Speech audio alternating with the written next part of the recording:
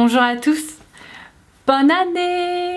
Et oui, première vidéo de 2018, j'ai un petit peu du mal à réaliser mais ça y est, c'est parti, là on est carrément plongé dedans. Si vous ne me suivez pas sur tous les réseaux sociaux, vous n'avez peut-être pas vu passer mes vœux, donc je vais commencer par ça. Évidemment, je vous souhaite une merveilleuse année 2018.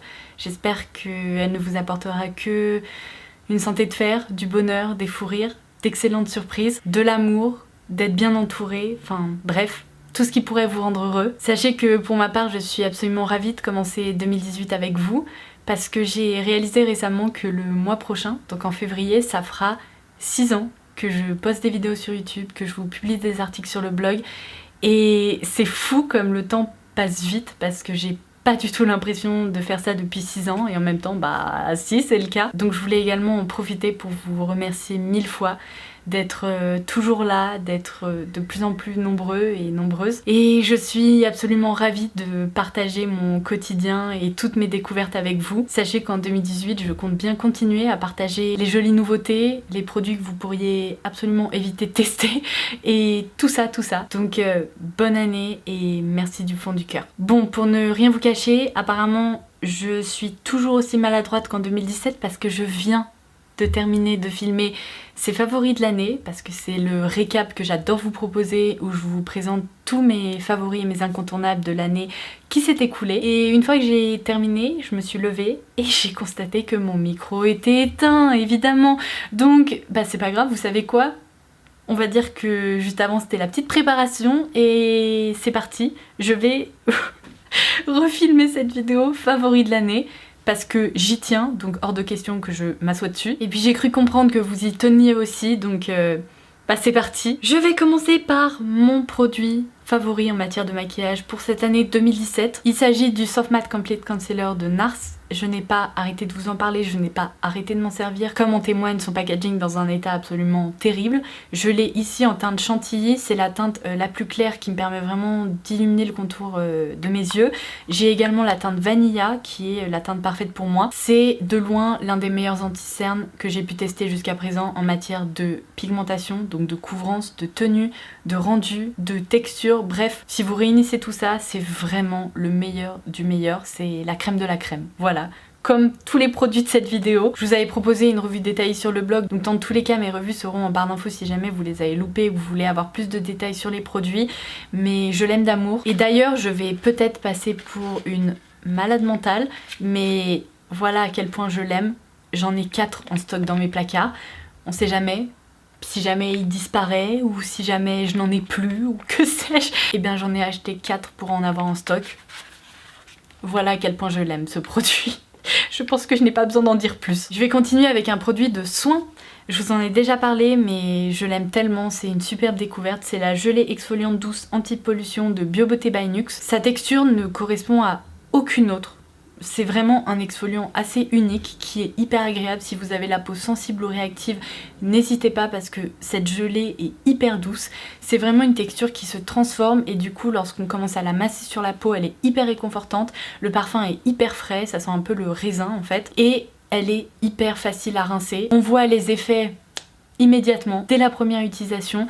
Donc c'est vraiment un produit à plus petit prix qui ne fera pas tirer la tronche à votre banquier lorsque vous l'achèterez.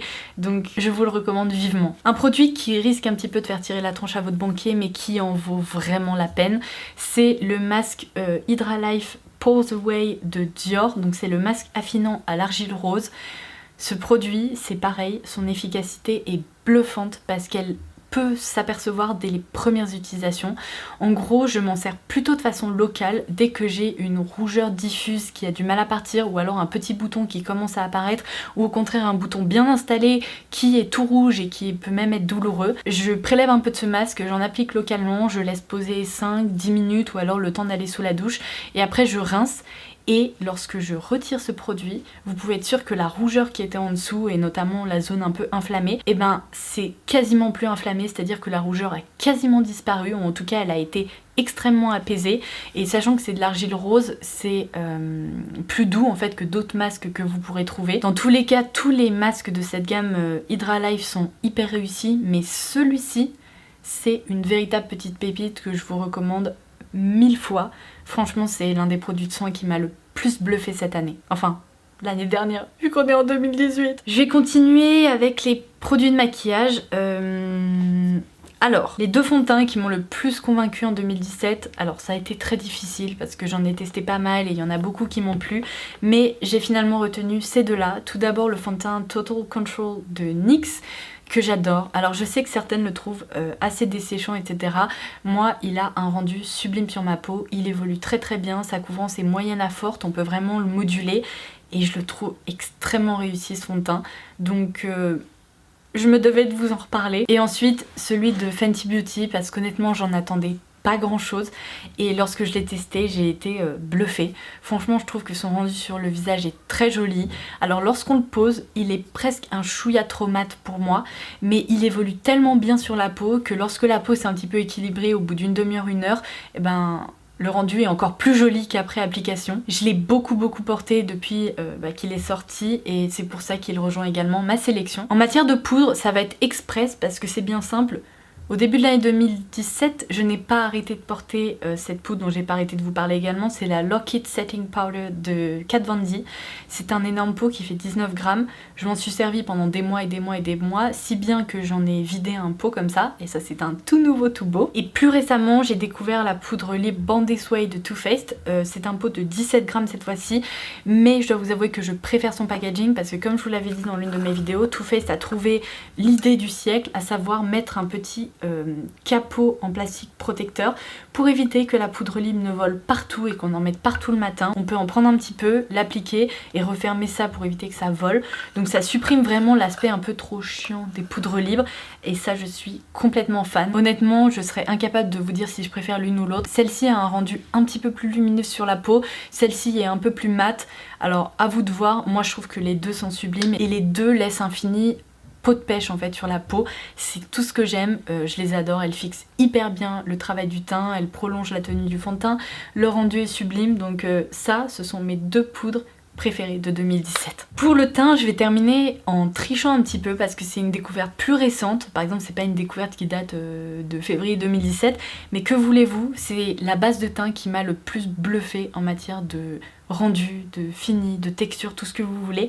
C'est la Velvet Blurring Primer de Becca. Elle est dingue cette base de teint parce que contrairement à beaucoup de bases de teint floutantes, elle n'est pas gélifiée, épaisse ou que sais-je. Elle lisse le grain de peau et depuis que je m'en sers, j'ai l'impression que tous mes fonds de teint s'appliquent 1000 fois mieux qu'avant. Je vais vous montrer, mais elle a une légère couleur un petit peu saumon en fait. Et c'est une texture assez liquide. Alors je vais pas trop en prélever parce que vous allez voir, mais elle s'étale très très bien. Donc elle apporte un peu d'éclat et en même temps, elle est hyper facile à appliquer. Et lorsqu'on l'applique, elle laisse ce fini complètement poudré, velouté, qui ne se sent absolument pas. Et la différence avec la base et sans la base, c'est juste incroyable. Donc même si c'est une découverte un peu plus récente, bah je triche et je vous la présente parce que elle est folle. Bon, en matière de palette, ça va pas être une surprise. Allons-y.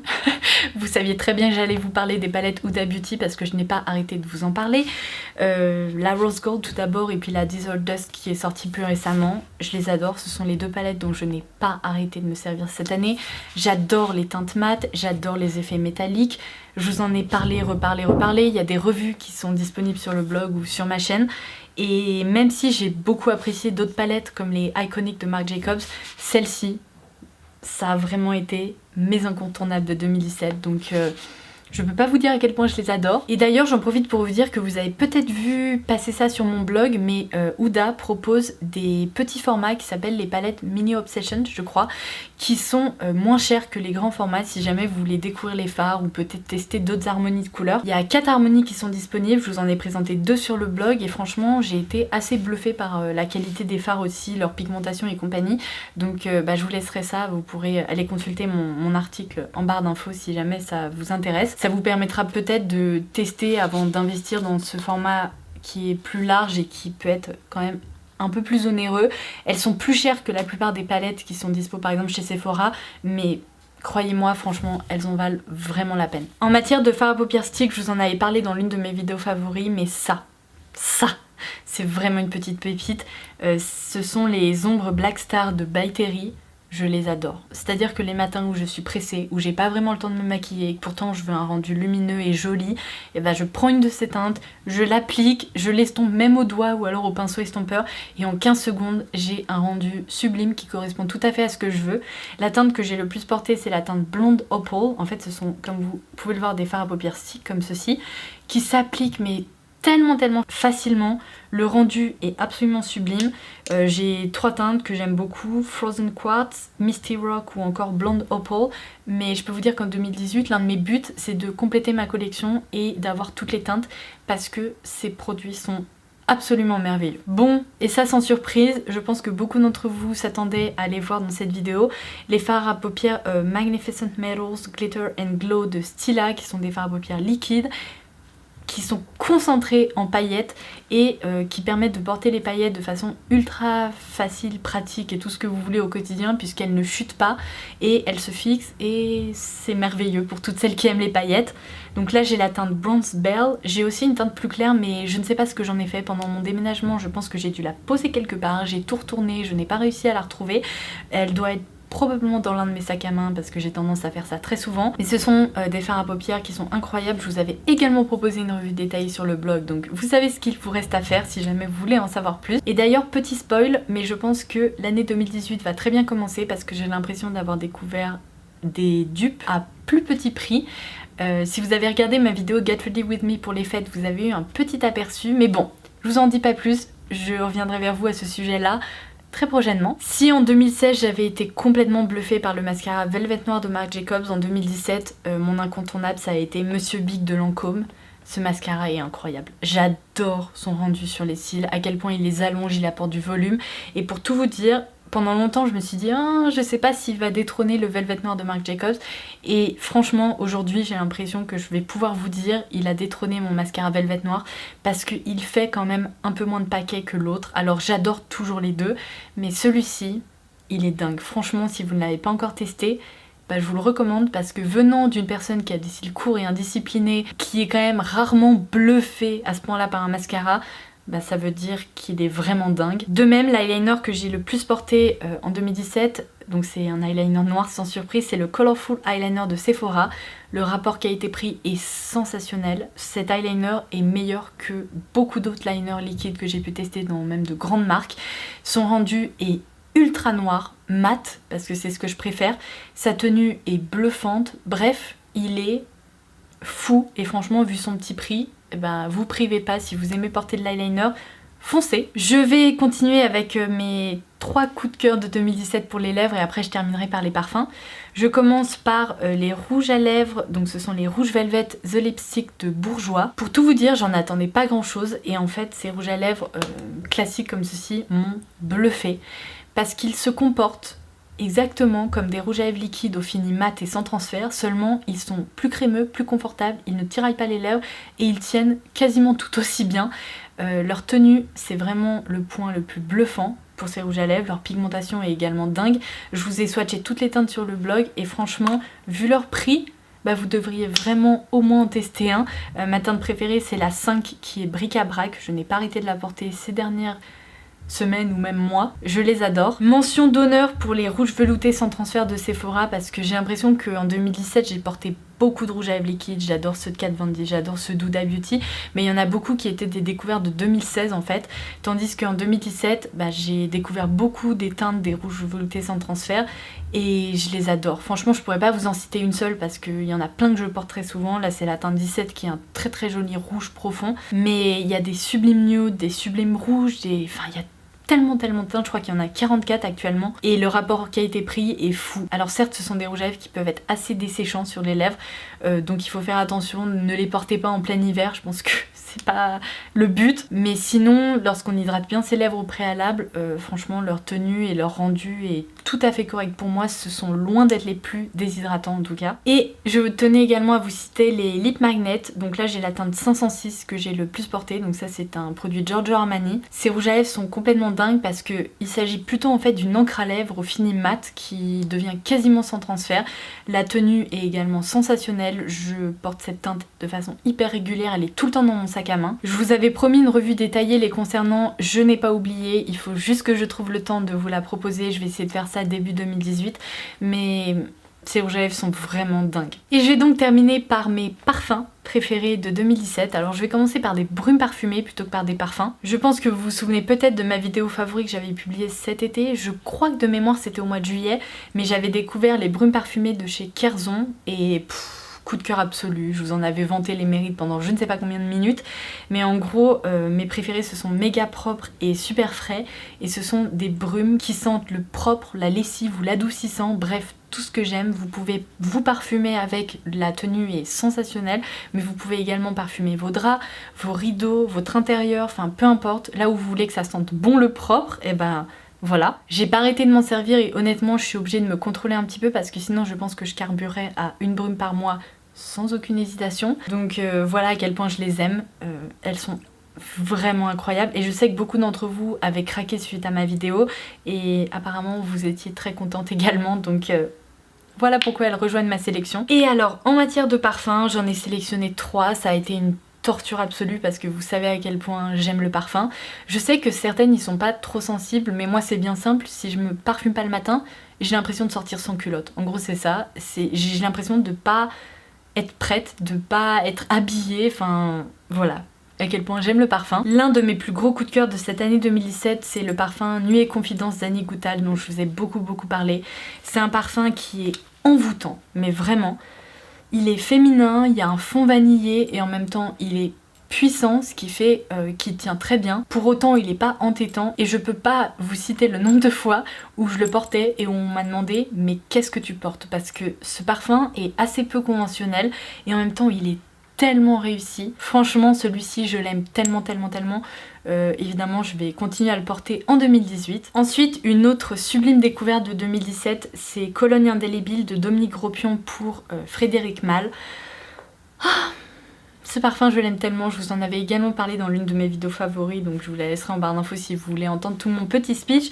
Mais si vous aimez encore une fois les odeurs de propre, je pense que ce parfum pourrait vraiment vous plaire. Lorsque je le porte, j'ai l'impression d'être un bébé tout propre et en même temps d'être plongée dans un cocon réconfortant qui est absolument parfait. C'est une odeur de propre mais beaucoup plus adulte et plus élaborée et franchement j'en suis littéralement amoureuse. Alors bon, si vous connaissez un petit peu la parfumerie, Frédéric Malle, ce sont quand même des parfums de niche qui coûtent assez cher, donc je suis obligée de me raisonner et de ne le porter que lorsque vraiment une envie se fait sentir. Bon, je dois vous avouer que l'envie se fait sentir assez régulièrement, donc il faut souvent que je me calme, mais si vous avez l'occasion d'aller le découvrir, faites-le parce que je pense que vous pourriez tomber amoureuse. Et enfin, cette référence va clôturer cette sélection de favoris pour l'année 2017. Il s'agit de l'eau duel de Diptyque qui est plus fraîche et qui en même temps est extrêmement réussie. Je lui ai dédié un article sur le blog si jamais vous voulez aller voir ça et avoir plus de détails concernant les notes parce que c'est toujours très difficile de décrire des parfums comme ça en vidéo, mais je l'adore également et je l'ai beaucoup porté. Donc voilà, ceci va clôturer mes favoris de l'année 2017. J'espère vraiment que cette vidéo vous aura plu. Je compte sur vous pour me dire quels sont vos favoris de l'année, quelles ont été vos plus belles découvertes. N'hésitez pas à le faire en commentaire ci-dessous parce que si ça se trouve je suis passée à côté de très jolis produits. Et voilà, c'est tout. J'ai plein de fourmis dans les jambes donc il va falloir que j'aille marcher un petit peu parce que j'ai l'impression d'être assise depuis bien trop longtemps à vous parler de tous ces favoris, mais je crois que cette fois-ci c'est la bonne. Mon micro étant allumé, ça devrait mieux fonctionner. Donc voilà, j'espère vraiment que ça vous aura plu. Je vous embrasse très fort et je vous retrouve très vite. Bye bye.